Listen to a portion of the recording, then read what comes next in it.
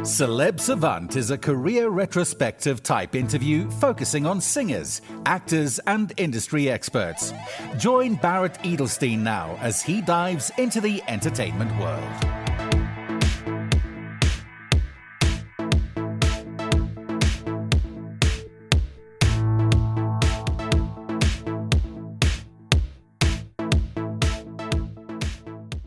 Italian DJ and producer Hypaton has become a viral superstar with his ingenious revamps of 90s classics, which combine nostalgic vocal samples with futuristic house grooves.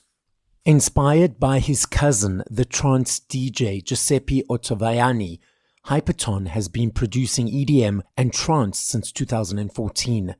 However, it was in 2022 that he became an Instagram reel sensation with his clever future rave reworks, earning the attention of the mastermind behind the genre, David Guetta. When he posted his electrifying rework of La Bouche's Be My Lover and received 1 million views in less than 24 hours, the next step was an official collaboration with the French DJ icon. Notably, David not only featured on the official single version of Be My Lover, but he has also become Hypaton's mentor. It is therefore not surprising that David commissioned a series of official remixes of his songs from Hypaton, including Baby Don't Hurt Me, featuring Anne-Marie and Coi Leray, On My Love with Zara Larsson, and alongside David Guetta himself, Casso's Prada. Anyone who listens to his work can agree with David Guetta. Hypaton has that certain something. Unlike many other producers, he doesn't just pitch the vocals of the original up or down and raps the whole affair in towering beats.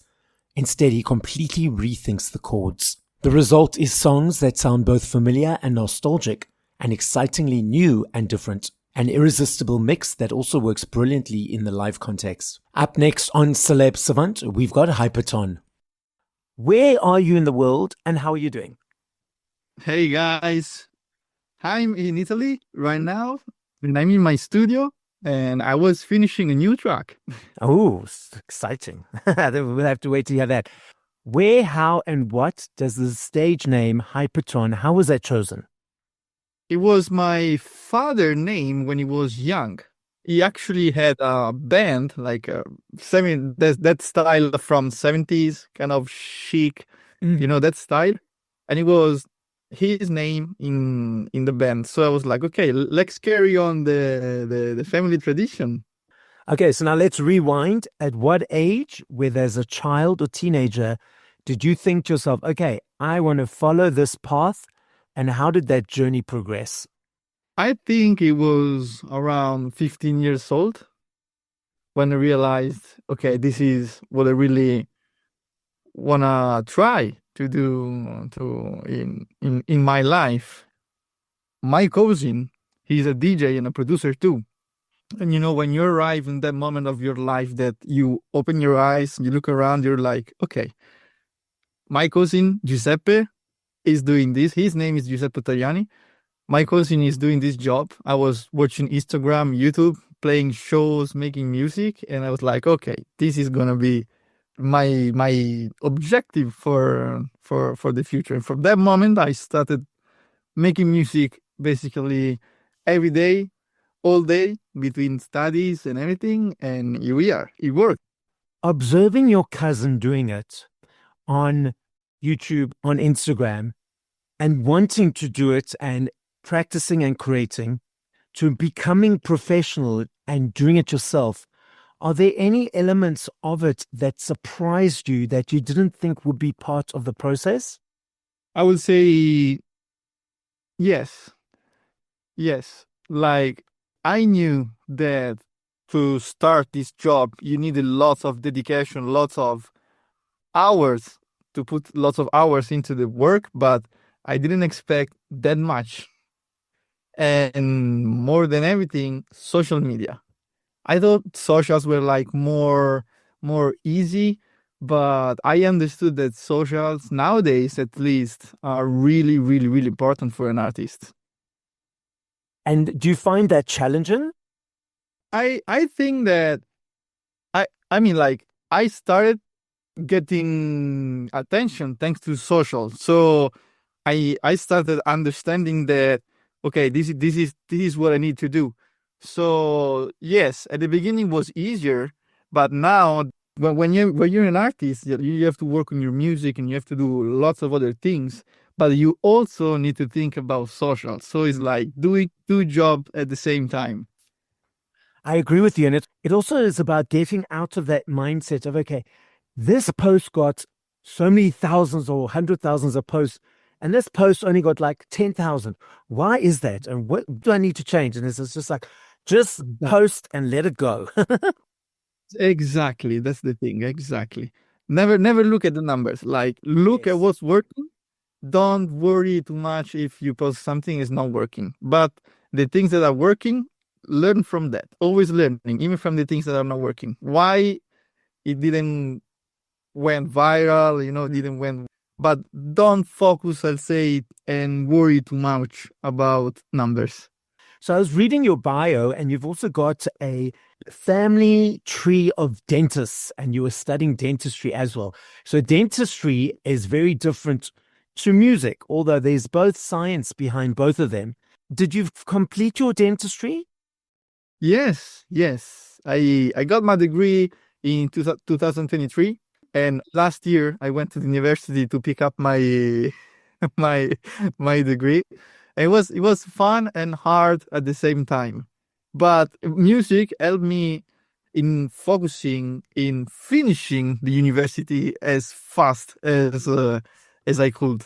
This was the deal. Like, I have to finish university well and fast so I can dedicate my time to music. And do you think that there's any overlap between creating music and being a dentist, or are they both completely separate from each other? I think like there are some points that dentistry share with the music world. For example, the art. You need to be a little bit artistic when you're a dentist, because you're working not only you're not only picking up the drill and doing cavities. You're also working with the aesthetics of a smile. So you also have to be a little bit artistic in that sense. Makes sense. So on one side, you're creating music, and on the other side, you're creating smiles. Exactly, that's the thing in common. Like, always smiling at Yes. music. Again, when reading your bio, there was and has been collaboration with David Guetta. How did that whole friendship, partnership, mentorship, how did that come to be? This is always a fun story to tell. Everything started with Instagram. Actually, Instagram. Like, I woke up one day and I see that David started following me, and then he sent me a DM. And from that moment, we started talking almost every day about music. I was sending, lots of new stuff.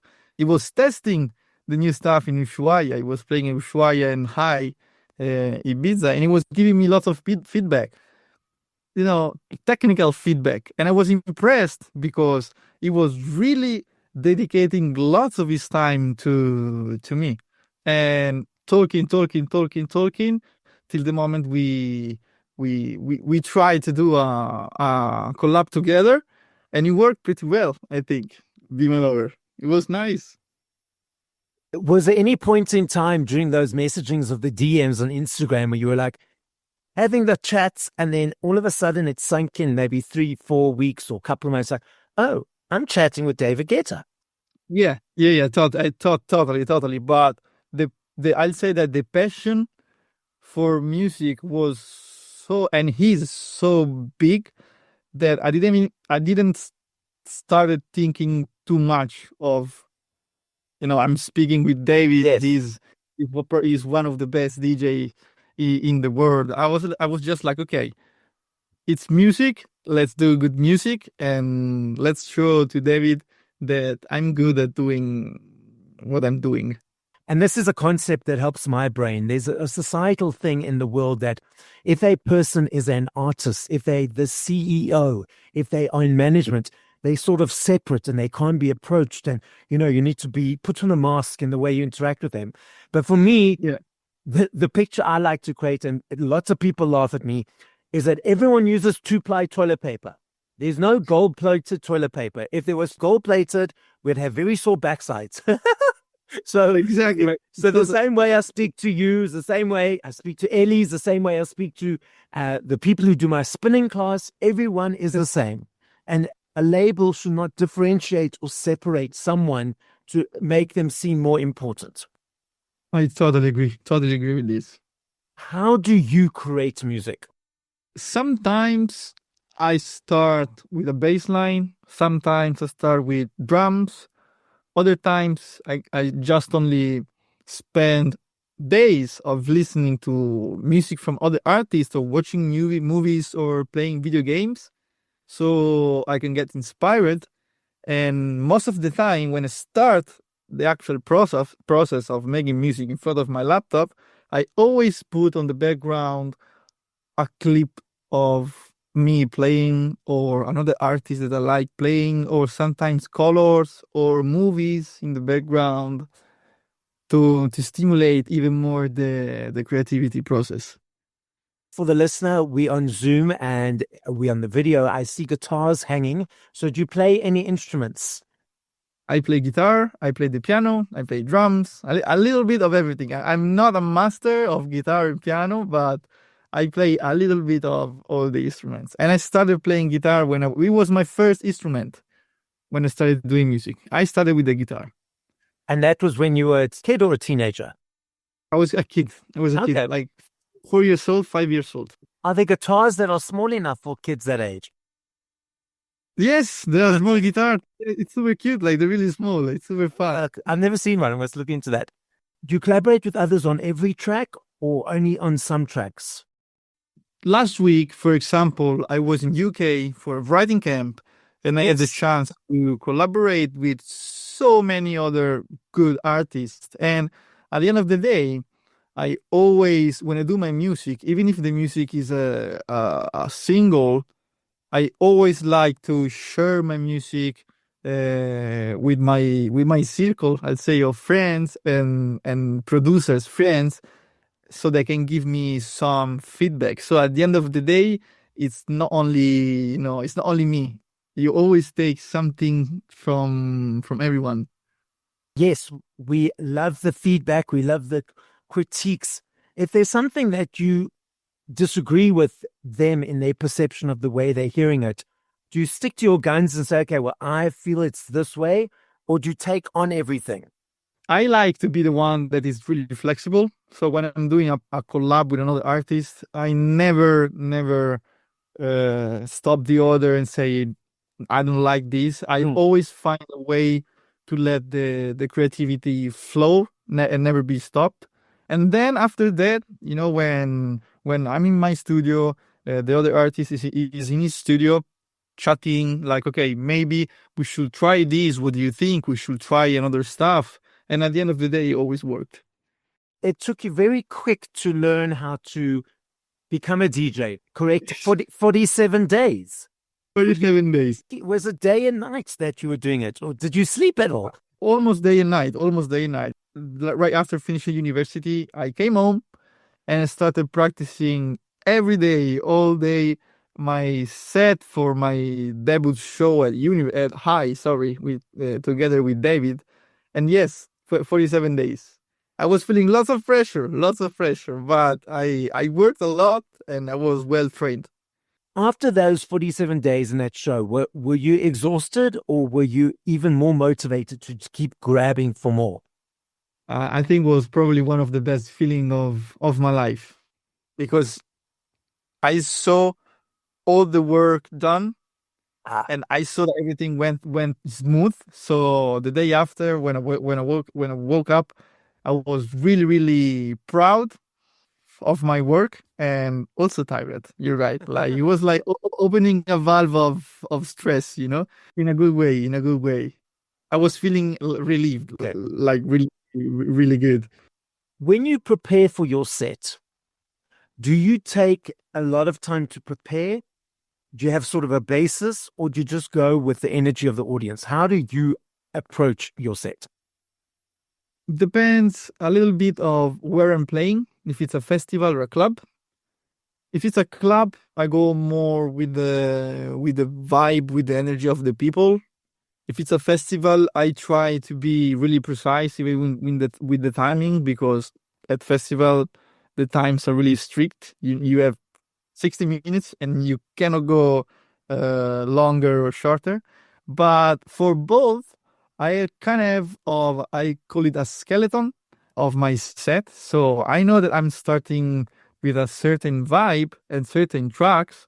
Then in the middle, I know that I'm playing a little bit darker or a little bit lighter, depending on the venue. And then in the end, again, I have my 4 or 5 tracks that I know that must be there. But it's not something mandatory. Like lots of the time I end up improvising lots of the vibe that I'm playing. But yeah, I always have kind of a skeleton for my live shows. And is it all your own music, or do you mix in your music with remixes of others? I try to balance. Of course, I like to play a lot of my music, but at the end of the day, I think as a DJ, the good DJ is the one that make the crowd happy. So if you have some tracks, but you know that in that venue they might not work, I prefer not to play my stuff and play other artists' tracks, because I know that they are gonna work for that type of crowd. So referencing the crowd, it's very much being in your world, about feeling the energy of the audience. Is that something that comes easily to you, or are you still building onto that? The first shows I remember, because I was more stressed, of course, it was harder. I was not that connected to the people, to the audience. I was more like in the back. But now I really, really feel what's going on in the room when I'm together with a crowd. You've referenced the planning for it, but the difference. So if you're in a club, you're headlining your own event, you're at festivals. They're all sort of different types of events and venues. You put your same energy and effort in. What else is different to or for you at those 3 different types of shows? For example, in club, I like more to build a journey for the people, because sets are longer. So you try to give a vibe to the audience that they will remember.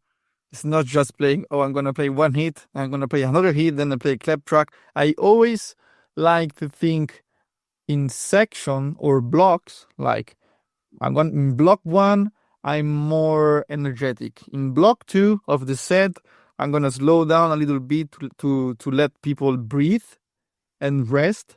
And then on the third block of the set is where I'm starting again to be more energetic.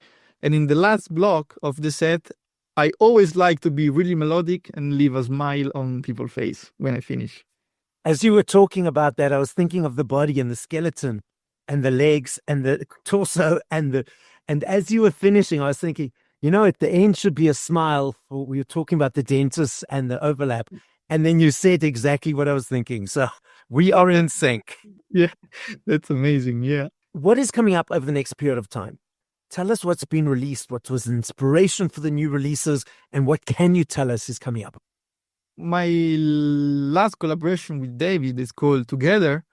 And we are really proud of that track, because we really feel it. It's like what we really feel as musicians. And we get inspired from that track to do more. So you can expect more track on that vibe together with David. Yeah, I can tell that we're working a lot on a lot of. Okay, so we'll have to wait and see. I love me a CD. I still budget for my CDs every month. For me, it's an energy exchange to say thank you to you guys for all the hard work that you do. I love the journey of the unpacking, the booklet, the song from 1 to whatever number, that whole experience. I'm unsure if you are or may not be aware, a massive uptick of physical around the world. Last year or 2 years ago in the UK, 5.9 million vinyls sold, the biggest since 1990. Last year, also in the UK, there's a basket of products that they gauge exchanges on. There needs to be a high number of exchanges every day for a product to be in this basket, and they monitor it for tax purposes. And because of the upsurge of CDs again, CDs are now back in the basket and being monitored.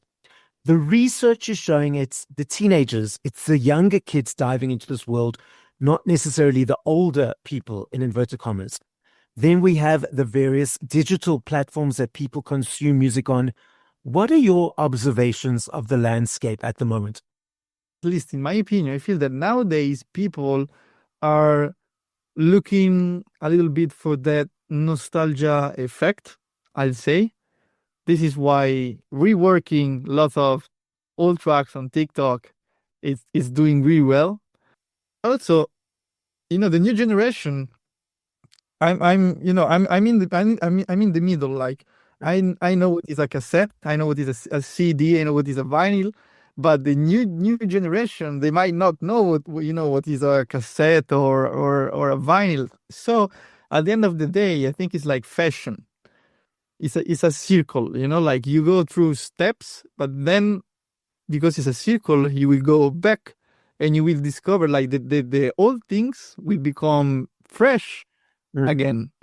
So I think this is my view, and also the quantity of music is crazy these days. There is a crazy amount of music being released. So I think for the new generation is a little bit more different to identify a hit, one of those tracks, because everything goes so fast. But because of this circle that I really believe in, I know that things will go back in a way. Now, you referenced social media earlier and you referenced TikTok. We know these days social media is very important in the music world, in the influence of getting streams and so forth. How do you feel social media has a positive effect on the industry, and how do you feel it has a potential negative impact on the industry? This is a really good question, because I think that we can have both effect, because I can say that not everything that works on social media is going to work on the dance floor. And I can guarantee this. So sometimes the reality is a little bit distorted from what's really happening. For example, there is one crazy viral track on TikTok, but then you play it and the dance floor is not reacting. So there are these two scenarios. So I'll say that social media, of course, I really love social medias, because they give the opportunity to people to be exposed a lot. Like you can be a DJ bedroom like I was, and from day and night you can be viral, and the algorithm will push you a lot. You can end up, like in my case, in the feed of famous artists. So it's easy, but the other side is that reality of music is a little bit more distorted in a way. I love this game. I know if I had to ask you this question tomorrow or the next day, I know your answer will be different every time. I understand that and I recognize that. I'm not saying favorites. Again, top of mind. If you had to push play to 5 other artists once you finish this conversation, who would those artists be? And if you can think of specific songs, what songs would you play? David, because I'm so attached to David, of course. And Titanium. Then Avicii, Levels, Calvin Harris, Sweet Nothing. That's with Florence, correct? From Florence and the Machine. I'm not sure, but I think so. I'm not sure. Yes. So. Yeah. 4, Swedish House Mafia, Heavens Take You Home. It's pretty recent, but I'm so in love with that track, together with Connie Constance. Lovely track. And last one. I'd say this is tough. I'd say Armin van Buuren, probably. Armin van Buuren. Yeah, this is what it feels like. Like those are the tracks that really, really inspire my musical journey. The podcast is listened to throughout the world. As a final message to the audience, what would you like to say? As a final message to the audience, I would like to say to all the young kids out there trying, be confident of yourself and work every day, and you will get in touch with the right people at the right time. Don't worry if it comes before or later, but it's gonna come. So keep working, keep doing it. Thank you for listening to this episode of Celeb Savant. Please follow Barrett on TikTok, Instagram, YouTube, and Facebook at Celeb Savant. That's CelebSavant.